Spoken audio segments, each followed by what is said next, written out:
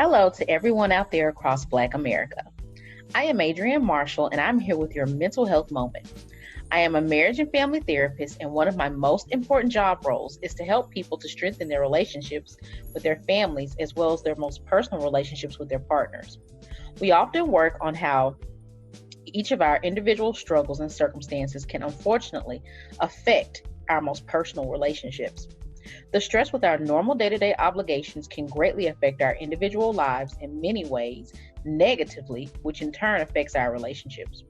However, even more pressing is the ongoing racial pandemic, which will cause many of us to experience vicarious trauma, which is also known as secondary traumatic stress.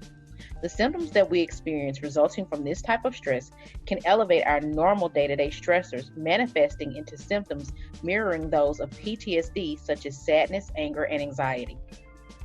Negative effects of extreme stress on relationships can leave us feeling physically and emotionally depleted, consequently also causing disharmony in the form of arguments, irritable behaviors in our interactions towards each other, withdrawal from needed healthy interactions with loved ones, having impatience with one another, as well as also negatively affecting our levels of intimacy with our partners.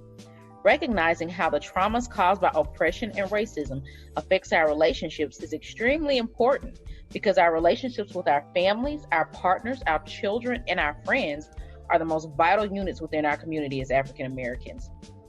A study published last year in March 2019 in the Journal of Family Psychology by Dr. Alan Barton and others for the Center of Family Research at the University of Georgia conducted a random controlled study sampling 346 African American couples in the most impoverished rural regions of the southeastern United States.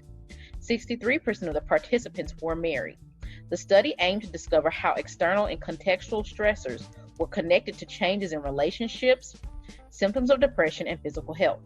What they found was that while financial hardship was associated with decreased effective communication, decreased relationship satisfaction, and decreased relationship confidence, it also increased depressive symptoms. The current levels of racial discrimination also predicted greater depressive symptoms as well. The decreased relationship confidence and decreased relationship satisfaction also predicted declines in self-reported physical health. With these recent findings, we can all safely assume that our relationships and our families as a whole are heavily affected by the external effects of systemic racism. The question is, how do we create peaceful, safe spaces in our homes and between one another in order to help protect those relationships, as well as to counteract the harmful effects of stress and trauma caused by systemic racism? I believe that we can create those spaces and improve upon our relationships by being intentional about creating them. As we strive to do so, I have included 10 family and relationship care tips that will help to encourage positive communication, create safe sharing spaces, and decrease the effects of external stressors within our relationships.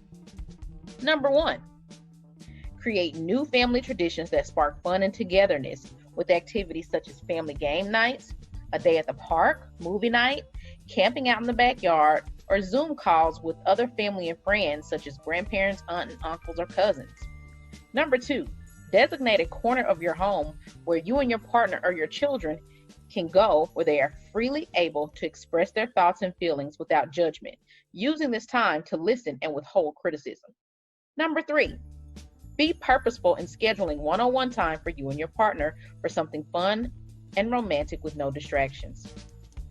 Also, make time, number 4, and designate a specific space in the home for you and your partner to discuss any concerns that you may have in your relationship. If possible, allow this space to be a different space outside of the bedroom, with the goal of maintaining the bedroom as a space for sex, intimacy, and rest. Number 5, make time for a conversation with that bestie that you haven't spoken to in a while. Number 6, while in conversations with loved ones, remember that communication is just as much about listening as it is about talking. When someone is sharing their perspective with you, have an open mind and listen to them and consider their feelings in the same way that you would want yours to be considered, which also means be willing to receive feedback. Number 7, utilize I statements when hard conversations between you and your loved ones are necessary. I statements allow you to communicate and take responsibility for your feelings without casting blame on the other party. Even though everyone needs to be accountable for their actions in hurtful situations, blame will often prevent the flow of compassionate communication and will increase tensions, which does not help in the efforts to resolve disagreements. An example of an I statement is, I feel hurt and anxious when you don't call because I worry about you and I love hearing your voice. Number 8, know and understand that communication is just as much nonverbal as it is verbal. So when your loved ones are sharing their hearts with you, be careful of your tone and facial expressions. The goal is to create safe spaces for one another to relieve stress and to support each other in a loving and healthy way. Number 9, create a family-friendly environment in which questions are normal and accepted. This eliminates the disagreements that oftentimes come about due to assumptions. If you are open and compassionate with your loved ones, you should be open and caring about their questions and concerns as well. This will also cut down on disagreements, increase the level of trust, thus further strengthening your family and partner relationships. Number 10, finally, give grace. We are all going through a hard time right now. Recognize that everyone has good days and bad days. You will sometimes have bad days. So will your partner and even your children. If a personal timeout is needed, then express that for yourself, while also accepting that sometimes your loved ones will need some individual alone or self-care time as well. This will allow the time that you all need to process your feelings within yourselves. Overall, remember that the goal is to reduce the external stressors that happen on the outside by creating safe, peaceful, and loving spaces with our loved ones within our homes in order to maintain healthy relationships.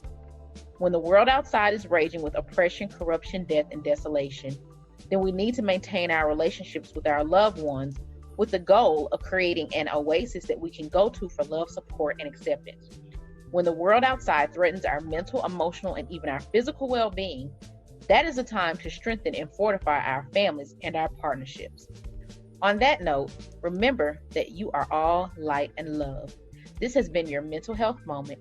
Thank you. Until next time.